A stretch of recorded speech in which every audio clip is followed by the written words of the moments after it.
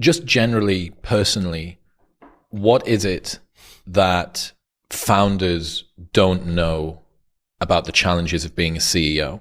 Because this is where do I begin? A journey that I know that you've been on, you've flip-flopped in and out of. So the thing is with being a founder is the job, which I've never known in any other job, the job literally flips on its head depending on the scale of the business and the time. So it's almost like there's peacetime, there's wartime, and then there's scale. And your approach has to be completely different. And to get a business from 0 to 10 million, you essentially have to be very, very dictatorial. You tell people what you want. People will tell you this isn't going to work. You ignore comments, you ignore feedback, and you do what the hell you want. And you force your business into success. This is my experience, right? I'm sure there are other people that have had different experiences, but that was my personal experience. Why? Why do you need to be dictatorial? You have no time. You take high level of risk. There's no time for discussion. Generally, what you're trying to do hasn't been done before. There's no data to back up what you're thinking. You need to grow quick. Okay. And listen, in that period, there were several times that we risked everything we had to get to that next level. And oftentimes the risks make no sense because, again, and granted the numbers are smaller, right? But it's a case of we're doing 250,000 in revenue. Our ambition one day is to do 4 million in revenue. You need to risk the entire house on hopefully getting to 1 million. What was some of those inflection points? So for me, it was the first events that we did. So we did one event, it did well. And what you normally do in a larger business is you do an event, it does well, you sit there, you analyze the data, you understand what the ROI would be if you were to do 5 more. It's like, no, like in the early days, in that 1 to 10, that purely entrepreneurial phase, that gut instinct phase is you have no time to do any of those. So we did our first event, it went well. We then signed up to loads of events. And then we went from just doing Birmingham to Birmingham, Germany, Australia, 2 in the US.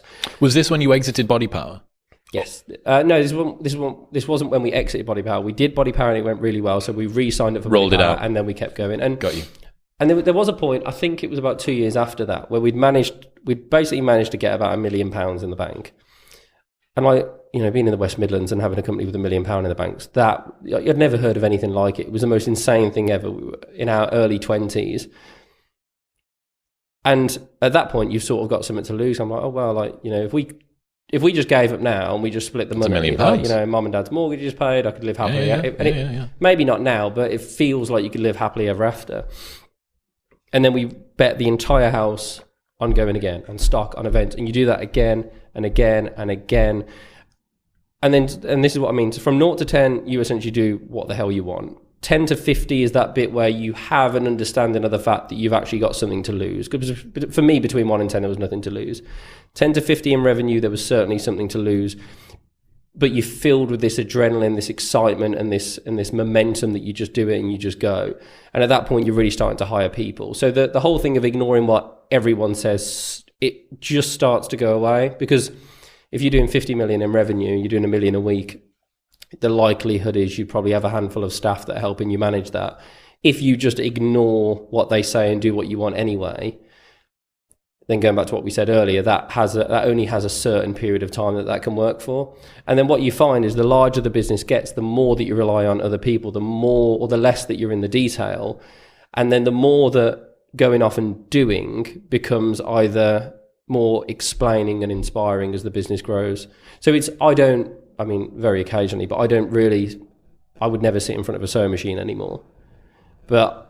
And I don't sit down and sketch out product and try and work out exactly what I want, but I need to work out, and this is my big challenge now, right? Trying to scale Gymshark into a truly iconic British brand and a global brand, is how do I